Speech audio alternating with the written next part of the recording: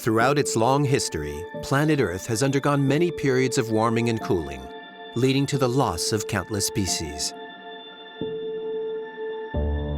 These climate changes generally took place over long periods of time, allowing the species that survived these changes to adapt. Since the Industrial Revolution in the late 18th century, a new period of global warming has been taking place.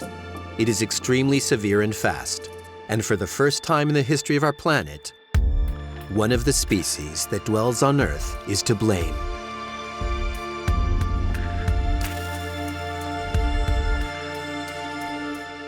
Alarm bells have been ringing constantly since the second half of the 20th century, and reports from the IPCC have been increasingly alarming as global warming thresholds have been crossed.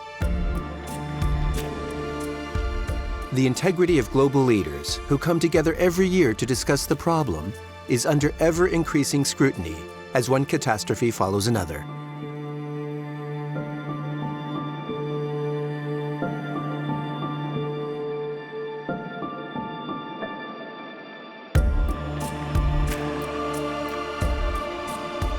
Lack of political action is making the new generation angry.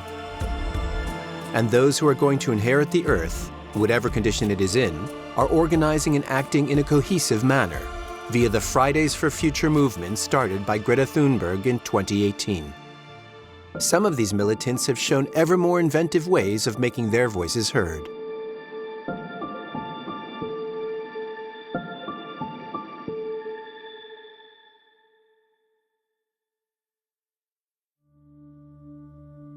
London, autumn 2021. A few days before COP26, the United Nations Climate Change Conference. The British capital is temporarily the epicenter of global climate activism.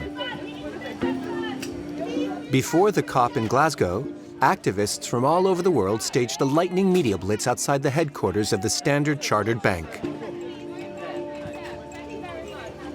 One of the 30 largest British market capitalization companies, it has recently invested $36 million in a new oil project led by Shell. The activists are keen to shed light on this investment just before the conference. What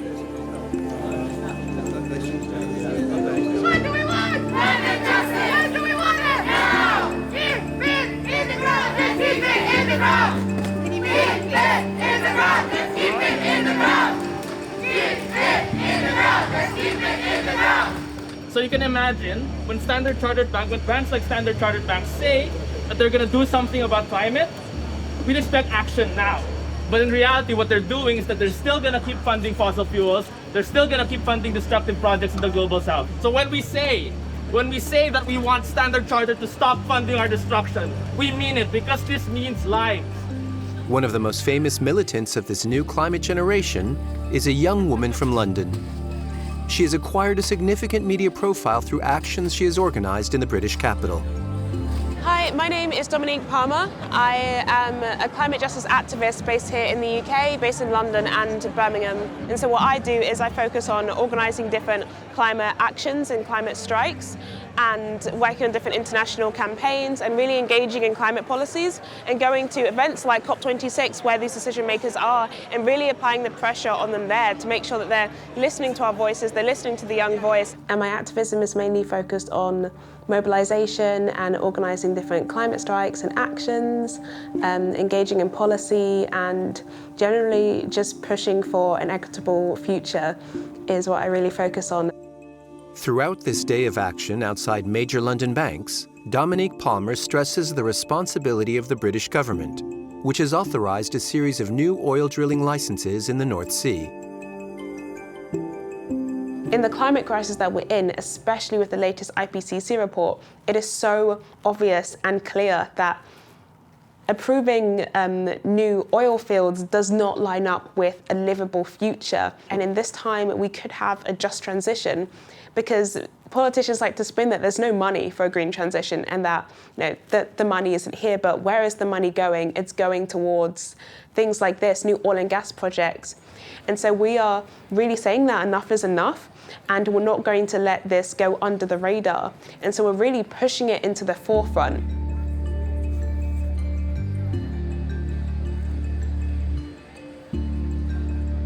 Dominique has found inventive ways of influencing public opinion. Today, she, along with her group of activists, is inaugurating an ephemeral memorial to the victims of global warming, as a way of raising awareness of the fact that global warming is not just a risk for the future, but has already claimed a great number of victims all over the world.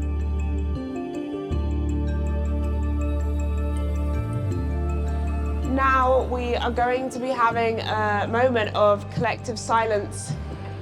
We invite everyone here to hold in memory people who have lost their lives due to the climate crisis, because as has been said tonight, this is a human issue and it's not a far-off problem. It is right here.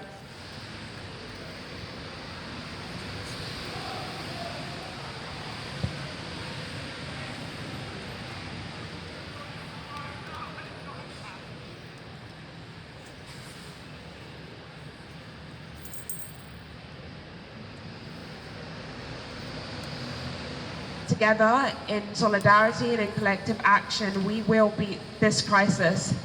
And I just want to end this with a bit of a chant before we go off.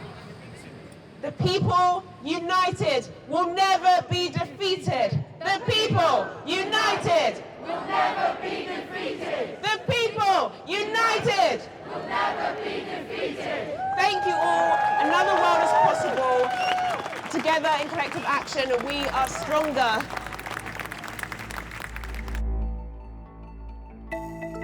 As the COP26 summit approaches, Dominique Palmer and her fellow climate activists' determination seems legitimate. Despite declarations of good intent on the international stage, many countries are still authorizing or promoting the development of new oil wells, such as EACOP run by the Ugandan and French governments, Cambo and Rosebanks in the UK, and even development in Alaska, despite Joe Biden's campaign promise to young American voters that the age of oil was at an end. No more drilling on federal lands, no more drilling, including offshore, no ability for the oil industry to continue to drill, period, end.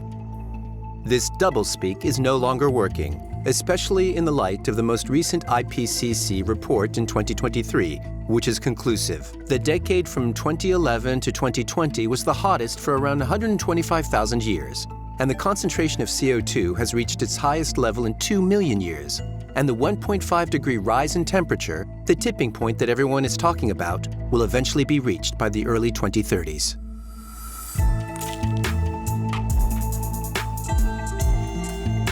Tired of empty promises, young people are organizing the defense of the planet that they are going to inherit. A large proportion of the actions led by Dominique Palmer and her fellow activists is planned here, in her Birmingham student accommodation. She has become highly competent in mobilization and communication. One of the ways that we really take action, for example, in Fridays for Future, even when it was online, what we would do was kind of come up with the idea, like what do we want to target this time, and come up with the narrative and just have calls and meetings and everything really come together and try and piece that together. We'd come up with like a phrase or a hashtag so we could get it trending and get people on board with it. And then we'd come up with demands as well. So we have like our solid concrete demands to make sure that everything is very clear what we're fighting for. So there's a lot of behind the scenes work that goes on before we get to the final stage. One of Dominique's actions is Climate Live, a series of concerts designed to raise awareness of climate chaos all over the world. She runs the British branch alongside her friend Frances Fox. So wait, what artists have we got confirmed again? Till Friday, we have Nova Twins, Gertie, July Jones, and Second Thoughts. Oh. It's like a really good lineup. Yeah, that's a really good lineup. So Climate Live, our concerts taking place in over 40 countries, and it's really just harnessing the power of music to unite people and bring them together through music, but for climate justice. We want to use music to reach out to those people who haven't yet really felt to go out onto the streets with us and organise with us. And it's just so beautiful to really connect music like that to people as well. And it's just another form of outreach that we really need at this time when we need as many people as possible. Youth climate activists supported by NGOs and music and events professionals are organising Climate Live. Concerts and concrete action. Local outreach programs. To harness the power of music.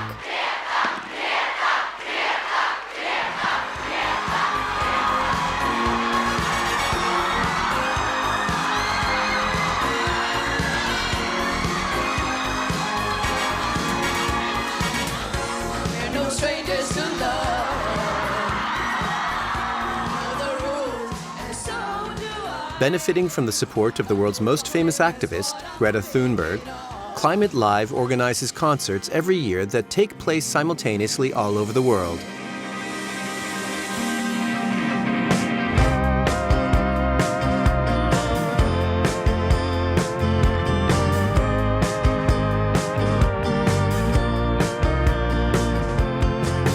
Dominique Palmer and Francis Fox have struck gold on the British side, organizing a concert by Declan McKenna on the banks of the Thames, opposite the Houses of Parliament.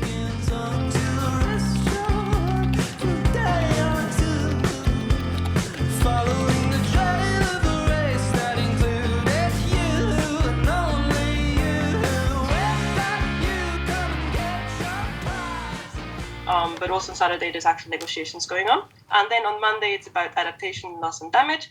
The weight that these young people are often encouraged to bear in taking responsibility for the planet can be very heavy. But Dominique is able to see the positive aspect of combining her studies and her fight. But this is the broad overview, and again on the first day, on Sunday, on the 31st... It's really hard to try and manage not being burnt out because of everything that's going on, but I think I'm getting a lot better at it now, because before there was just no balancing at all with like activism and then university and then a personal life and friends and taking time for my mental health. But now what I'm trying to do a lot more is knowing when to say no and knowing when to step back, because that's just so important to avoid burnout, because then it just keeps us going in the movement. And if we burn out, then who's going to do it, really? I study politics and international relations at the University of Birmingham. Once I started my activism journey, I thought one of the best ways that I could learn more about the current system is by studying politics and international relations, just learning more about the system and how we can change it, and about how our society and economy and all of these things work and come into play, because I think it's so important to have that knowledge in order to really tackle it and really stand up against it.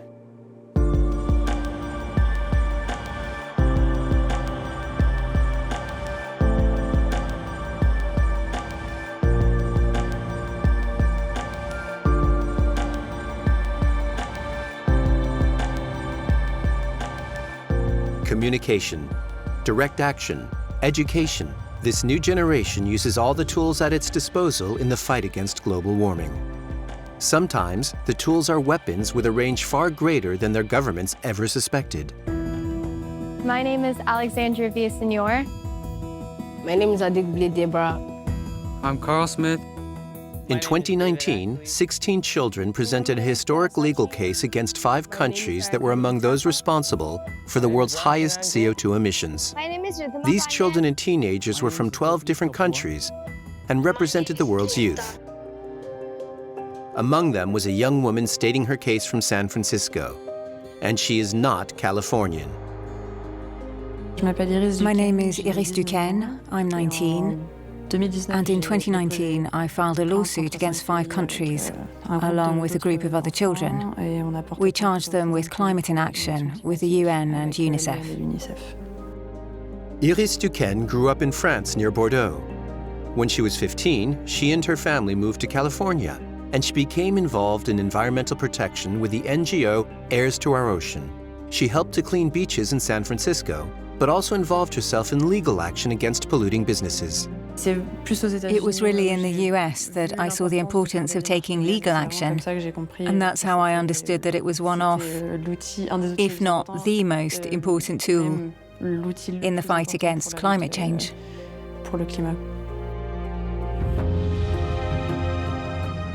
When I filed the lawsuit, it had already been written for us, because it was a legal document, so you need lawyers and experts to write it. I could never have done it. So it was already written, and I was really there as a representative. To understand how the complaint was put together and written, we have to go to Los Angeles. Ramin Pajan is a senior lawyer in a new kind of law firm, Earth Justice. Earth Justice is the largest nonprofit environmental law firm in the United States. I worked as the lead attorney for Earth Justice on the Children's versus Climate case. We brought this case with our co-counsel, Hausfeld Law Firm, and Earth Justice had brought similar cases around climate change and human rights in other places. Hausfeld and Earth Justice lodged the complaint in the name of the UN's Convention on the Rights of the Child. France, Germany, Turkey, Brazil, and Argentina, the 5 biggest global polluters who ratified the convention, as well as the article that allowed children to take part in proceedings, were taken to court for climate inaction, a world first at this level. Young people are the most affected by climate change because they will be around when the worst effects of climate change come in 30 or 40 years. We were able to take the stories of all of the petitioners, which were very difficult stories, and some of them were very heart-wrenching, and we were then able to present their stories and make the legal arguments that we thought were the strongest to the Committee on the Rights of the Child. Among the young people already severely affected by global warming, 3 youngsters from the Marshall Islands in the Pacific were among the plaintiffs. One of them is Litokne. He told us how his island life was rocked by climate change. I am from the Marshall Islands. That's where I grew up for pretty much my whole life. The Marshall Islands is a small, low-lying country in the middle of the Pacific Ocean. The Marshall Islands has anything you can think of in an island paradise. Beautiful ocean, the coconut trees, the sandy beaches, and to the beautiful corals that lie in our oceans.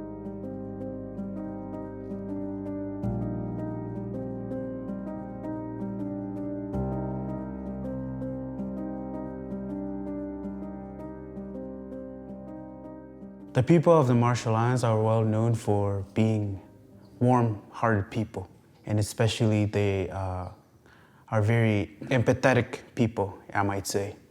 And it's nice to be around that small island community that you know that everyone knows each other.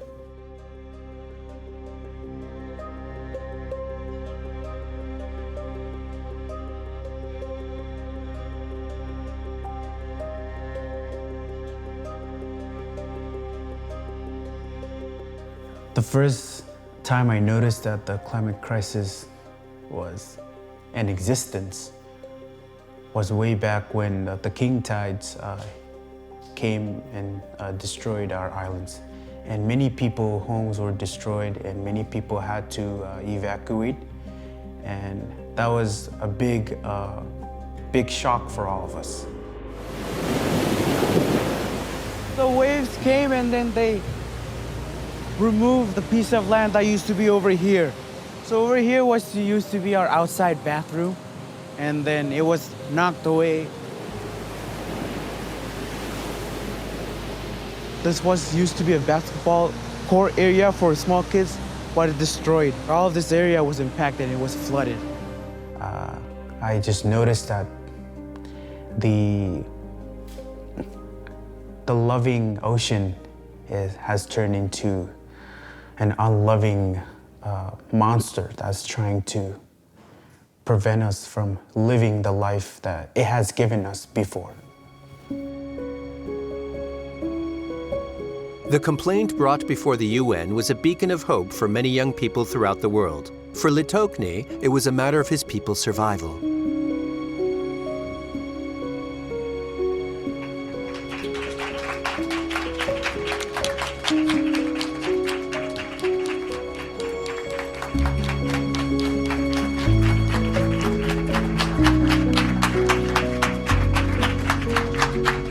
We're here as citizens of the planet, as victims of the pollution that's been carelessly dumped into our land, air, and sea for generations, and as children whose rights are being violated. Today, we are fighting back.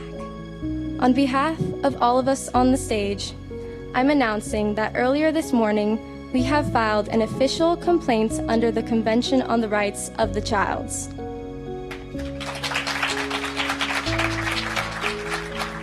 When I traveled to New York with the other petitioners, I felt really scared and really unsure and really nervous about what I have put myself into.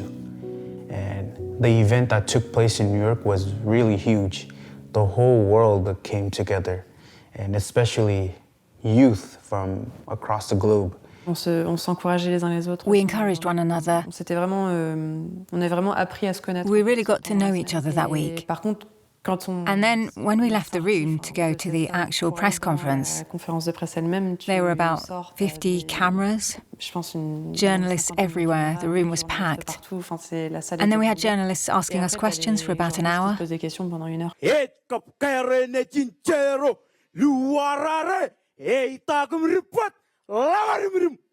Yahweh, my name is Litokny Kabua, and I am from the Marshall Islands.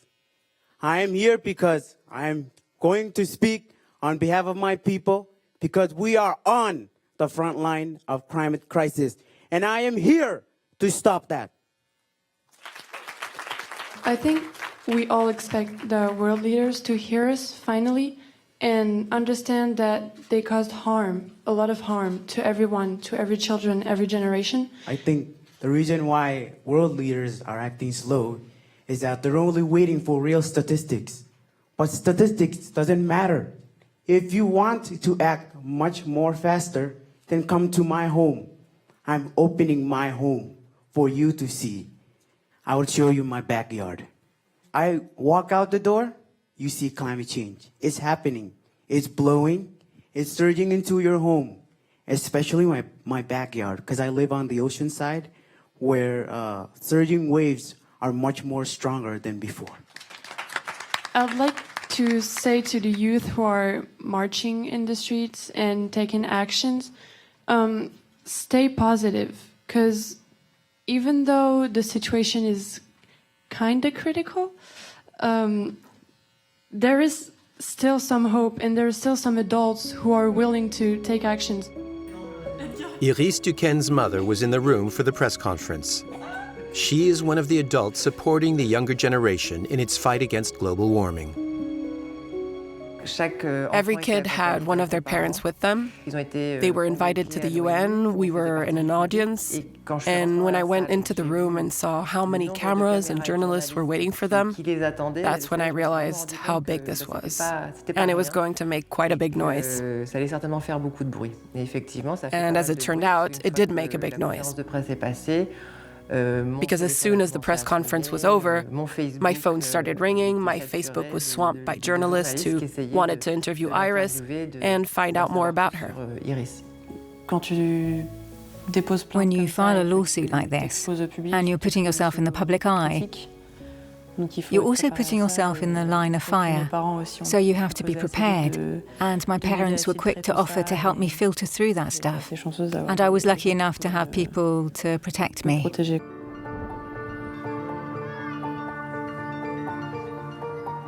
The Children versus Climate Crisis case was a historic event in the fight against global warming. It created a clear link between the inaction of current governments against major polluters and the fate of children already dying because of climate change.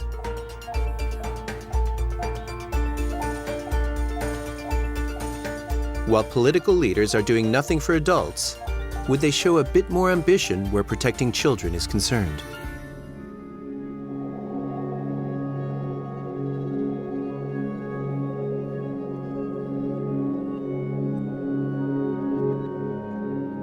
On the 11th of October 2021, the Children vs. Climate Crisis youngsters found out, after 2 years of silence, that the UN was refusing to present their complaint to the relevant polluting countries. The adventure was over. In a stunning decision, the UN Committee on the Rights of the Child, the global human rights body tasked with protecting children's rights, refused to hear the case of 16 youths from around the world who are threatened by the climate crisis. À ce moment-là, I was in a lesson on Zoom for university, alone in my bedroom when I heard. So it was a bit sad. The moment when the UN rejected our case, I was back home in the Marshall Islands, and due to the COVID crisis, our borders were closed, and I couldn't have joined my other petitioners in seeing the outcome of our case. And it was fueling anger within myself. And I saw that we were ignored in a way, and also our voices were not heard. The petitioners really expected more from the committee. The committee is there to protect children around the world, and climate change is one of the biggest threats to children around the world, to humanity.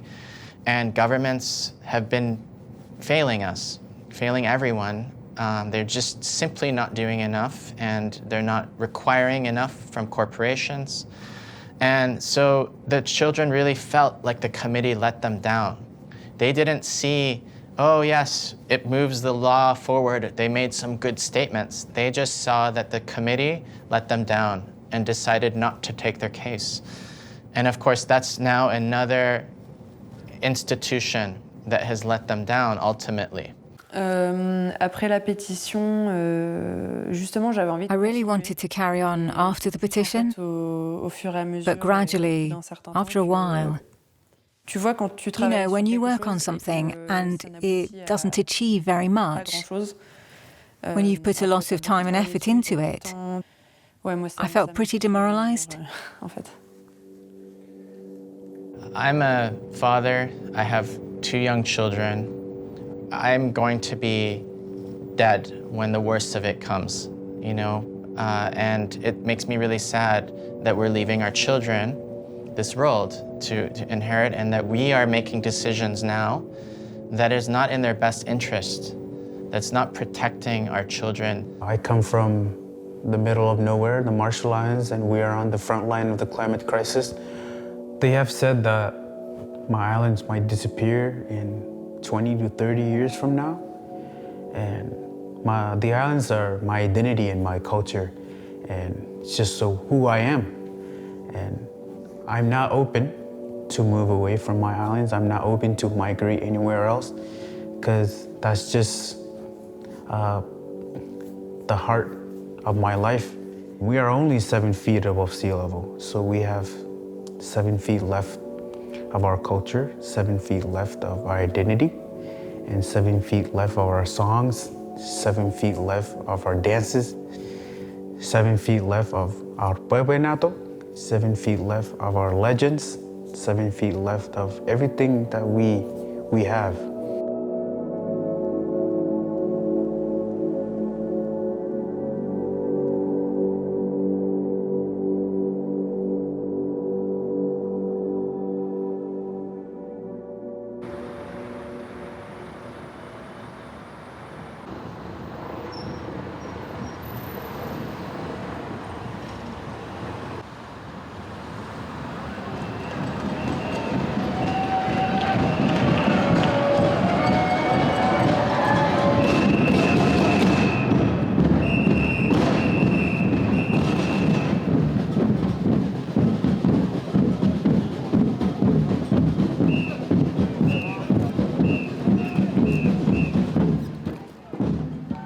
COP26, Glasgow, autumn 2021.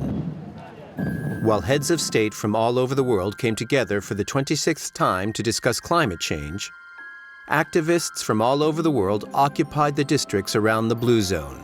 This area was under high surveillance, and it was the place where the heads of state would speak.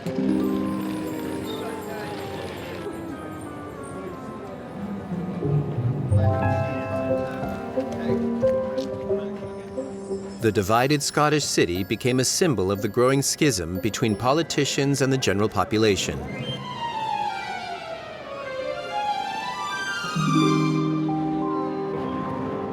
Dominique Palmer recalls the hopes and fears she felt during these international summits. I remember when I went to my very first COP, and I truly believed a lot of action would come out of that. And I mean, I think it was really a life-changing experience for me, because in one way it was, almost depressing that there was so little action, and I felt quite disempowered from that. But it also really just kicked me into action, because I knew exactly what we need to target and what we're dealing with and how much this movement needs all of us right now. In the unsupervised part of town, the organization was mobilizing. Fridays for Future has quickly become the organization with the highest media profile in the fight against global warming. On that day, everybody was gathering around the founder of the movement, Greta Thunberg.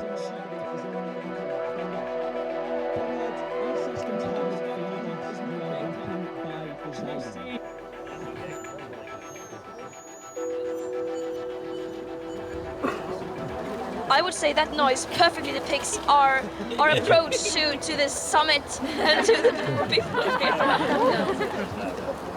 This COP26 is so far just like the previous COPs, and that has led us nowhere. They have led us nowhere. Change is not going to come from inside there. That is not leadership. This is leadership. Yeah! This is what leadership looks like. And we've heard so much today. How much more can we keep saying that we need climate justice? How much more can they look in the face of such injustice, look in the face of those who are facing this right now on the front lines? How much more can we say it that we need that action?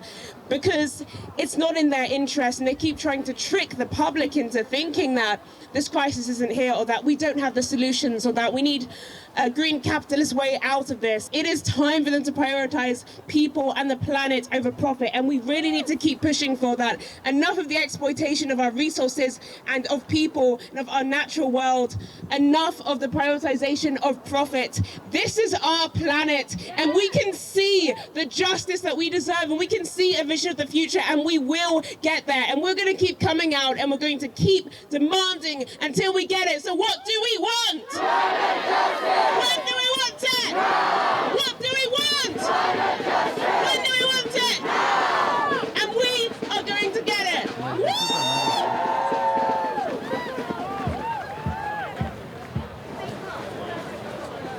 The throng around the climate activists walked with them to the Blue Zone. They would show the heads of state they were present and ready to act. This time, those countries at greatest risk from global warming would be the ones to speak. The environmental racism is really based off of what the concept of environmental justice is. So environmental justice requires that all people have the right to a healthy environment. However, not all people do, and we don't live in a just and equitable society yet. And so on one hand, we have societal injustices and systems of oppressions and discrimination. And what happens is, in a time of crisis, marginalized communities become a lot more vulnerable, and these inequalities are only exacerbated by the crisis. And so it really dictates who has the resources to relocate and to protect themselves, and who has the power to really push this into government and policies.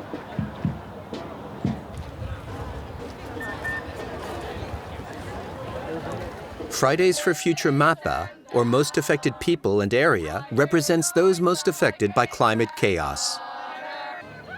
Putting climate justice at the heart of the debate and working towards the decolonization of the movement, Fridays for Future is one of the most progressive organizations, as its position is driven by educated young people at the forefront of popular movements.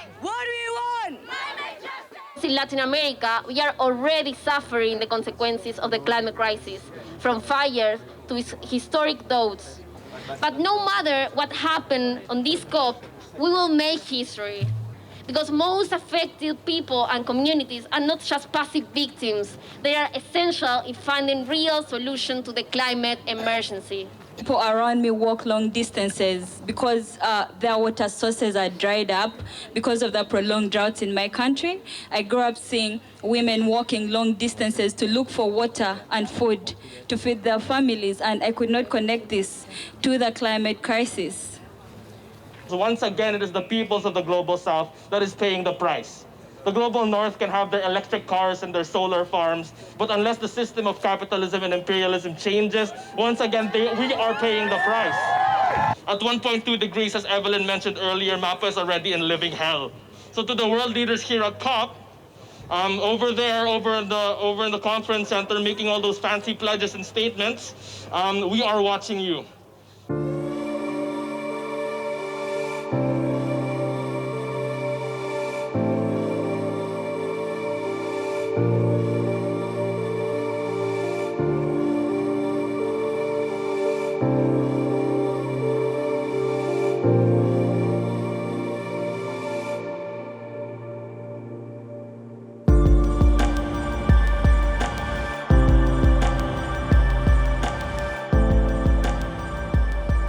While the world leaders' plenary session struggled to agree on even a single common action, the youngsters of Fridays for Future engaged in a kind of global, participative democracy unprecedented in history.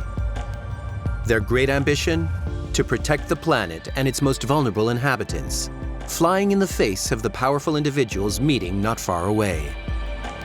Again, this MAPA solidarity symbol, MAPA means most affected peoples and areas. This means that we are unheard, not voiceless, fighting for our present, not just our future, that we will not be prisoners of injustice.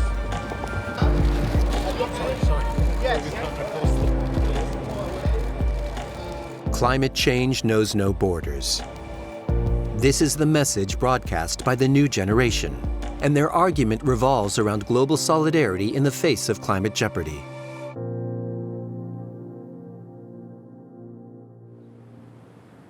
Sometimes, this common foe creates more than just solidarity. It also creates genuine reconciliation. This is known as environmental peace.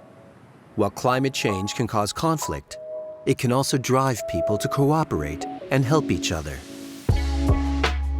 This is the path taken by activists in Cyprus, which lies in a part of the Mediterranean that has become one of the most worrying sites of rising temperature in the world.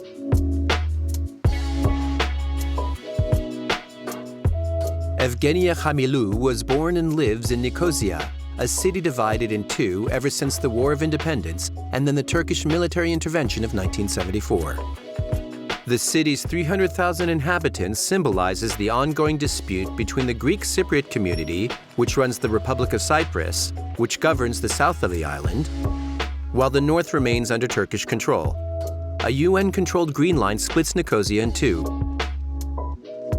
Since 1974, Cyprus has also been de facto divided, following the tensions with Turkey, and the situation is still ongoing. I would say that, from my experience, the youth of Cyprus is really trying to move forward. There are many intercommunal and bicommunal initiatives going on different areas.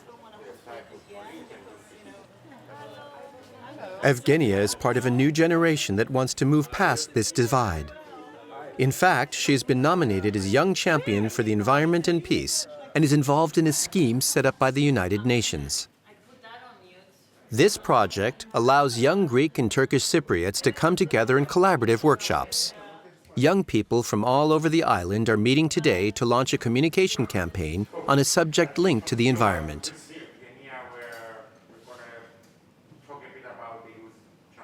Evgenia and her Greco-Turkish Cypriot team used the workshop to form long-lasting bonds, the start of a collaboration that will promote peace and the environment.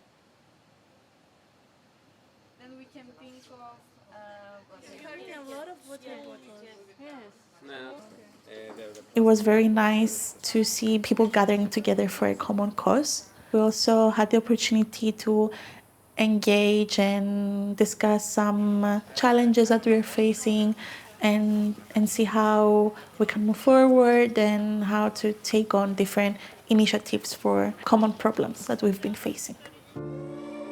Evgenia has created several associations following her appointment as the UN Champion for Peace and the Environment. She is making herself heard abroad, and her growing network is leading to actions in the field, creatively warning of the dangers of global warming and reminding all Cypriots of the importance of working together.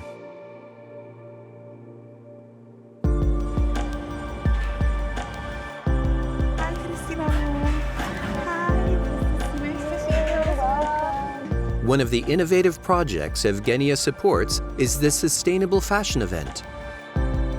It is an exhibition that challenges the highly polluting textiles industry and different ways of dressing with garments that take their inspiration from traditional Cypriot fashion but are made with recycled waste materials. Everything was handmade. She sewed everything on her own. This fabric is actually curtains. So we encourage our fashion designers to use whatever they have at home. We don't want them to buy anything new. So that's kind of the challenge as well. It's the upcycling. Upcycling, exactly. So we can encourage everyone to mend their clothes, upcycle their clothes in order to minimize clothing waste. It was an opportunity for young artists to showcase the work they have been doing. For instance, there is an artist who uses plastic bottles that are usually being recycled, and he creates scarves out of this. Good evening, everybody. I would like to welcome you at the Revive exhibition, which is a sustainable fashion and art exhibition created by young Cypriot fashion designers and artists.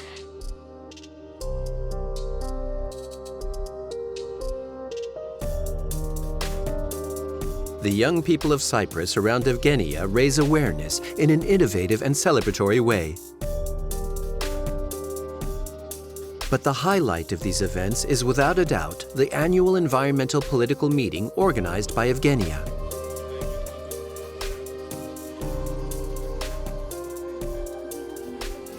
This is the local Conference of Youth for Peace and the Climate. It is the biggest Greek-Turkish Cypriot gathering to protest against global warming, with the ultimate aim of promoting peace between the people of the island. We created this conference, which happened in the UN buffer zone, which is a meeting point for Greek Cypriots, Turkish Cypriots, as well as non-Cypriots residing in Cyprus. Once a demarcation line, the Green Line, still under the auspices of the UN, is now teeming with young Greek and Turk islanders alike. Good morning, everyone. Thank you for being with us today. My name is Evgenia, and I'm here with Gizide and Gizem. And on behalf of the ELCO Cyprus coordinating team, we would like to welcome you to the second local conference of youth on climate change in Cyprus. The purpose of the ELCO Cyprus is capacity building. In other words, to build up the skills of the youth in Cyprus to take effective action for climate. To help other youths to work against global warming efficiently, Evgenia encourages them to start lobbying by inviting diplomats and politicians to the conference. So we're really proud to be here to support you in your endeavours today, because the climate crisis sees no buffer zones, no boundaries, no north or south. It's affecting all communities of Cyprus.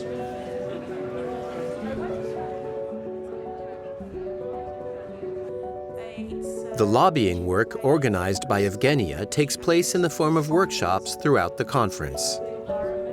The young delegates brainstorm environmental ideas that will then be put before the people who run both parts of the island. To help them with financial, to train them. The crux of the conference is that global warming is not a subject for division, but for mutual aid. Nicholas, a Greek Cypriot, is taking part for the second time. I strongly think that it's finally for the two communities to be able to see their common grounds, and I think that there is nothing more prevalent than climate change. I think climate change can be a way to build trust and to find our common similarities, and strive together for a better Cyprus. Meeting with new people, hearing their ideas, opinions, and finding solutions, maybe developing some policies about this issue is, I think, very important. And as communities, Greek Cypriot, Turkish Cypriot, we have to be together in this, and we have to find solutions in order to tackle this issue together. It is a lot of work, indeed, to organize this conference. I really do believe in the potential of environmental peace building, in other words, working for the environment while bringing communities together to work for a common cause. We cannot separate the crises within borders.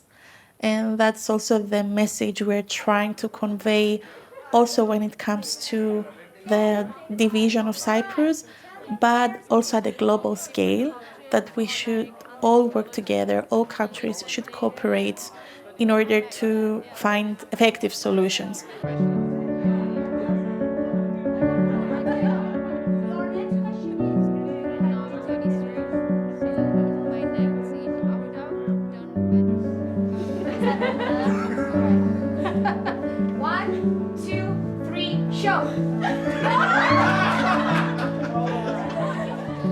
Evgenia's gambit of action and reconciliation has paid off.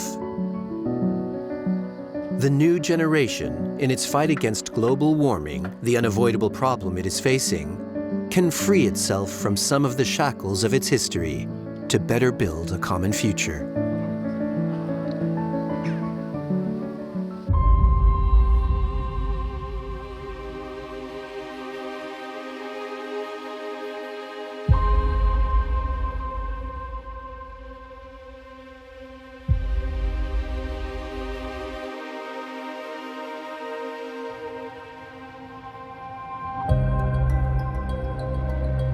Since the Children versus Climate crisis case, Iris Duquesne has devoted herself to her political science studies in Montreal.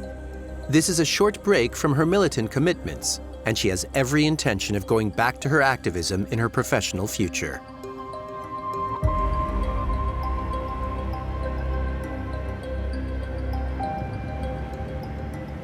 The rejection of their complaint was also difficult for Litokne Kabua, and he has been less active since.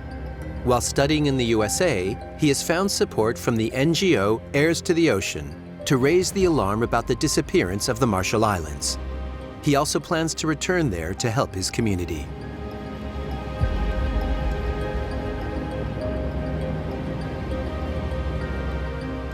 The struggle for environmental activists is long and difficult, and dotted with disappointments and triumphs. There's Dominique Palmer, her friend Elijah Mackenzie, and the entire British climate generation. They successfully stopped the building of Cambo oil rig in the North Sea after a protracted battle with Shell and the British government. But the fight goes on. Other similar drilling projects are planned.